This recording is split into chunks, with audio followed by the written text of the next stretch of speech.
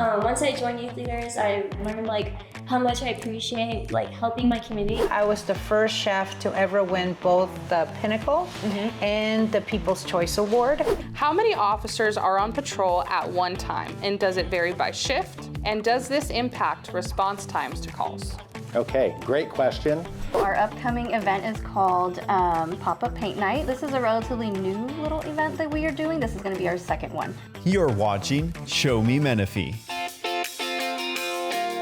Hi, and welcome back to another episode of Show Me Menifee. We're here today at Lazy Creek Recreation Center with Mikey and the team here to talk about Youth Leaders of Menifee.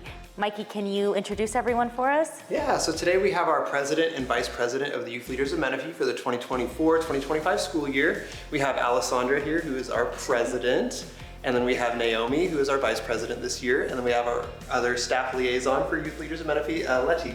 Awesome. So can you tell us what the purpose of Youth Leaders of Menifee is? Yeah, so the Youth Leaders of Menifee program was created to really give a space for teens to get involved in the community. We're very community service driven, so they have an opportunity to do community service hours through our many programs and events that we have through the city, while learning professional and personal development topics to kind of build their skills as they move on from high school into adulthood. Oh, that's great. Yeah. So Letty, what skills would youth leaders gain from this program? Yeah, so some of the skills that our teens gain from this program is communication. So we work really hard working on their professional communication skills with their team, with staff, with professionals in the community and community members. They also gain leadership skills in this program. So they're constantly breaking their own barriers and taking a stronger lead on activities, on programs, and any other things we do for youth leaders. And they learn teamwork. So they work with their fellow peers, they meet like-minded individuals like themselves to implement and get these programs out to the community. Great. Alessandra, what motivated you to be a part of Youth Leaders of Menifee, and what are some of your favorite parts about the program? Yeah, so I began my freshman year and I first saw Youth Leaders as an advertisement from the school to the students, and I knew that I wanted to get involved with the community because I didn't really know much about Menifee. I grew up here, but I really didn't know anything like internal about the city. So once I joined Youth Leaders, I was in the green team lead as my freshman all the way up to my junior year, and through those 3 years I learned like how much I appreciate like helping my community and seeing people show me their gratitude, because it really feels like I'm making a difference and an impact, and I feel like I've been touching the community's heart just by simply being here and showing up as like a leader, even if through a green team lead and now especially as president. And my favorite part about the program was really just getting to get those connections with my peers and also with the community themselves. Like I met many like-minded individuals through the officer team and also through the regular members. It's really nice to get to like talk to other students who would go to different schools, because not all of them go to the same school as me. And I just like to get to know them, make connections, and make sure that I like gain their trust, especially now as their president. It feels nice to know that I have people who look upon me and I can share like that respect with everybody else. And overall, I just love being here for my community. It makes me motivated, and that's why I'm here every day. Thank you. Naomi, why would you recommend this program to other youth in the community? Honestly, I would recommend it because one is a very good opportunity for students and many teenagers to get involved with our community and to be able to serve our community of Menifee. It's an amazing opportunity because we get to learn about so many different topics, learn so many different skills, and while doing all that, we're earning community service hours that will look good for colleges and resumes for future jobs that we might want to apply to. And it's amazing because you get to meet so many different types of people, like Alessandra said, and you make so many new friends through the program. Awesome. Mikey, can you explain what the requirements are to be a part of the Youth Leaders of Menifee program? Yeah, of course. The requirements for Youth Leaders of Menifee are very simple. You have to be 1, a high school student. 2, you have to live or attend school in the city of Menifee. And 3, you have to have a positive attitude and the desire to make a positive difference in your community. And Letty, can you let us know when the meetings are held and how you can get more information about the program if somebody is interested in joining? Of course. So we meet every 4th Tuesday of the month at 6 p.m. here at Lazy Creek Recreation Center. If you would like more information, visit us at cityofmenifee.us/YLN. Well, thank you all so much for joining us today. We'll see you throughout the year at city events and at city programs, and we'll catch you in the next segment. I went to Paris And I was there for a month, and I just engulfed myself in all French cuisine, Italian cuisine, and that's the premise of this place now.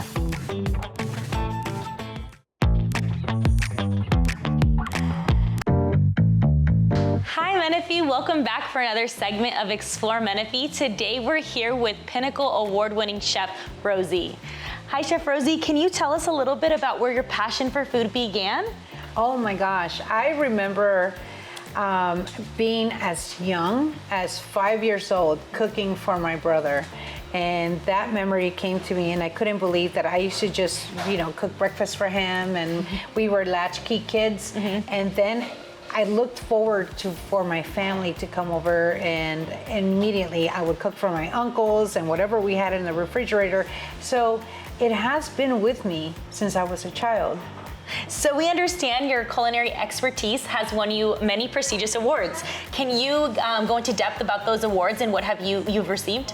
Yeah, so when I opened the restaurant in 2012, Provecho Grill, I wanted to start competing. I think I'm competitive by nature, and so I wanted, and I saw myself competing for Food Network and, being more involved on television, because that was the inspiration to go to cooking school, because I applied for a cooking show and they said, well, you need more chef experience. So what better than open up your own restaurant, go to culinary school, and then, there's your experience. So I ended up going to compete in Farmers Market Flip, and I won the Cooking Channel Farmers Market Flip.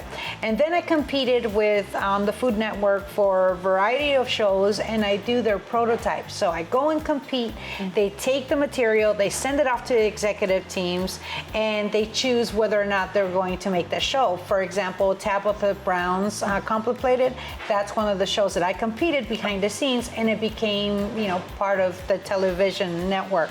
Another one that I'm very proud of because of my community service, I received an award from President Obama, which was so wonderful in 2015, and it was the Menifee Rotary that sent the application in, and I got recognized, and that was huge. Yeah, that's awesome. Chef Open, I was the first chef to ever win both the Pinnacle and the People's Choice Award, and that was an extraordinary accomplishment for me, because I really do believe at that time I won it, and I was in disbelief because it was due by basically technicality. A lot of it was points, but it was a pinnacle step for my career, because after that Food Network ended up having a little bit more focus on me, and I was able to travel with because of Penny DeViti, travel across Mexico and really find out the culinary cuisine of Mexico there. Wow. So it's extraordinary. So yeah, awards here and there and everywhere, like a good Beatles song, yes. right? Yeah. Awesome.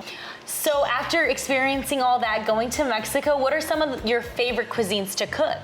I'm known for my moles. I really enjoy making moles. I enjoyed traveling and just bringing back what I've learned, because Mexico had everything in it extraordinary. It had the Italian influence, it has Asian influence, so their Chinese food is incredible in Mexicali. So there's a lot of European influence in La Ciudad de Mexico. And so last year when I started traveling, once I closed Provecho, I went to Paris. And I was there for a month, and I just engulfed myself in all French cuisine, Italian cuisine, and that's the premise of this place now. And that was the inspiration of coming back and just giving that to the community. So right now I'm really stuck on pastas, on the mother sauces, on the bistro affair. I want people to come in and just enjoy a good, wholesome, homemade food. If you want to come and enjoy some amazing food from Chef Rosie at Lady M Bistro, you can visit them at their location in Sun City. And for business hours, you can visit chefrosie.com or their social media at Lady M Bistro. Thank you, Rosie, for being here with us today. Thank you, Brianna. We'll be right back. And lastly, multiple people would like to know your opinion on e-bikes in our city. Okay, so e-bikes, this is, the newest thing coming up.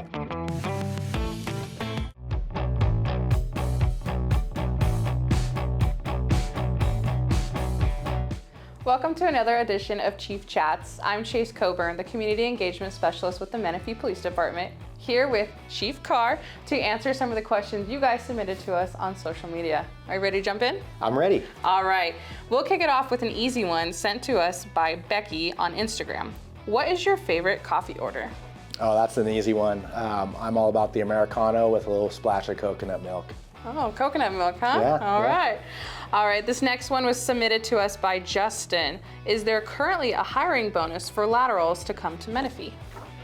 So no, we are not currently offering any hiring bonuses. We find that we're still receiving quality applicants and people here with tons of energy that want to come work in the city of Menifee. So we haven't found a need to have to offer that yet. Great. All right, and this next one comes to us from social media as well, and it is, what has been the highlight of your career thus far? Well, obviously being able to rise to the rank of chief, it's a pretty great highlight, and being able to serve everybody here in this community, work with the officers, work with all the staff here. I couldn't ask for anything more. Great, I love to hear that as an employee, so. Well, I mean, you know where we are at, right? Yeah. All right, this question comes to us from Corey on Instagram. How many officers are on patrol at one time, and does it vary by shift? And does this impact response times to calls? Okay, great question. Our shifts do depend on day. They depend on time of week. We do our best to make sure that we're maximizing our deployment, so we have a multitude of officers between investigations, traffic, POP, homeless liaisons, patrol, canines, and it can vary between day and night, and then even coverage on the weekends. As far as impacting response times, that will be dependent upon the types of calls of service that we receive. So some types require a little further investigation, take up a little bit more time. Other times we just receive a bunch of just, come out and help the general public with simple things that we can clear pretty quickly. Brianna from Instagram wants to know, what does it take to become a homicide detective? And how frequently do our detectives actually investigate homicide in our city? Okay. So we don't have specific homicide detectives. We do have our general investigators that will investigate anything from fraud to crimes against persons to include homicides.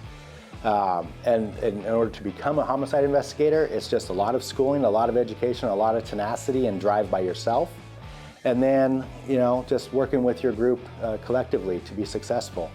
As far as how many homicides do we actually investigate, I would say that we're probably averaging about 2, and this could be, when we talk about homicides, it can include vehicular homicides, which is also your DUI related, as well as, intentional homicides. So there are multiple layers, and we report out every year how many fatalities we have, and then those that we actually will prosecute for a homicide, DUI related, or attacks against people. And lastly, multiple people would like to know your opinion on e-bikes in our city.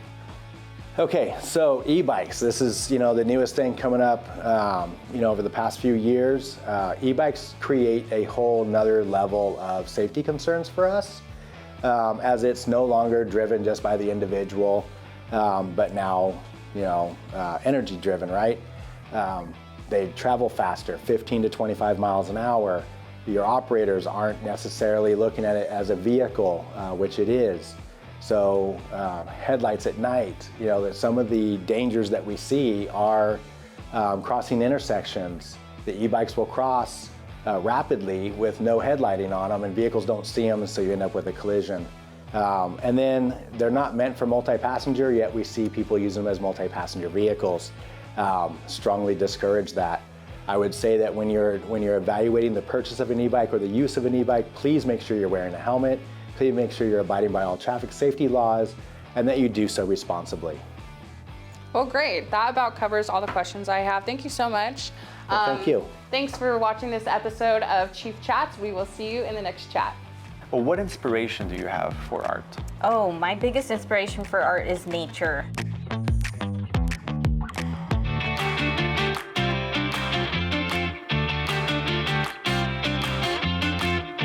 Welcome to Show Me Menifee, and here today we are talking to Rebecca from our Community Services Department, who's going to talk a little bit more about a special event. Can you tell us about that event?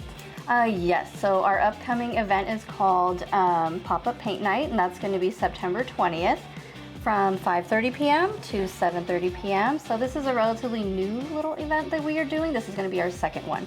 So what it is we have a painting instructor come in and they show us how to do step-by-step how to paint. Awesome. And how can they register, or is there a cost to this as well? You can register. You can do your whole family, just yourself. You can register through the Menifee website. Okay. And cost is going to be, if you're a resident of Menifee, then it's going to be $10, and if you're a non-resident, then it's $12. Awesome. Well, there you have it. We're going to now go and talk to some of the artists that have their art pieces here displayed at Community Service. And I'm here with Sophia, who's one of the artists who has her paints, one of her paintings, or a few of her paintings here in Community Services. Sophia, how did you get interested in art? I got interested in art because I had taken some art classes, and I was substitute teaching, and they put me in an art class. So that picked up my art, painting. And then when I retired, a friend invited me to an art fair at the Rosie Community Center, and I liked what I saw, so I started joining that group and started painting. Well, the city's having this amazing event, pop-up night, and what do you think about this type of events that the city has for our residents? It is a great event that I think citizens or people who live around here should participate in, because you never know what talent you have. Exactly. So going to these art fairs and pop-up paintings, it's a good program. Awesome. Well, thank you so much. You're welcome. And I'm here today with Nancy, and who's also a resident of the city of Menifee and who has also participated in some of our art events here. Can you tell us, Nancy, what type of, or what inspiration do you have for art? Oh, my biggest inspiration for art is nature, and just what she creates, and just my connection to nature and Mother Earth is really my biggest inspiration, and what keeps me drawing. There's just an endless fascination with all the things that Mother Nature creates. Now, one of the important things that our city is doing for our residents is to grow in our culture and our arts. What do you think about the events and the type of programs that the city is creating for artists here in the city? I'm so excited, so excited that more art events are coming to our community. I think these pop-up paint events are really good at bringing community together and lightening just social connection. COVID put us through a lot. That's just the truth. And a lot of us really need to learn how to reconnect again. And using an event like the pop-up paint event is spectacular for having fun, making social connections in a lighthearted way, and just really having a wonderful introductory way to connect to the arts. So. Awesome. Well, thank you so much, Nancy. We will have more information about events like these in our city website that you can visit to get more information about these type of events. And thank you so much, Nancy, and we'll see you next time.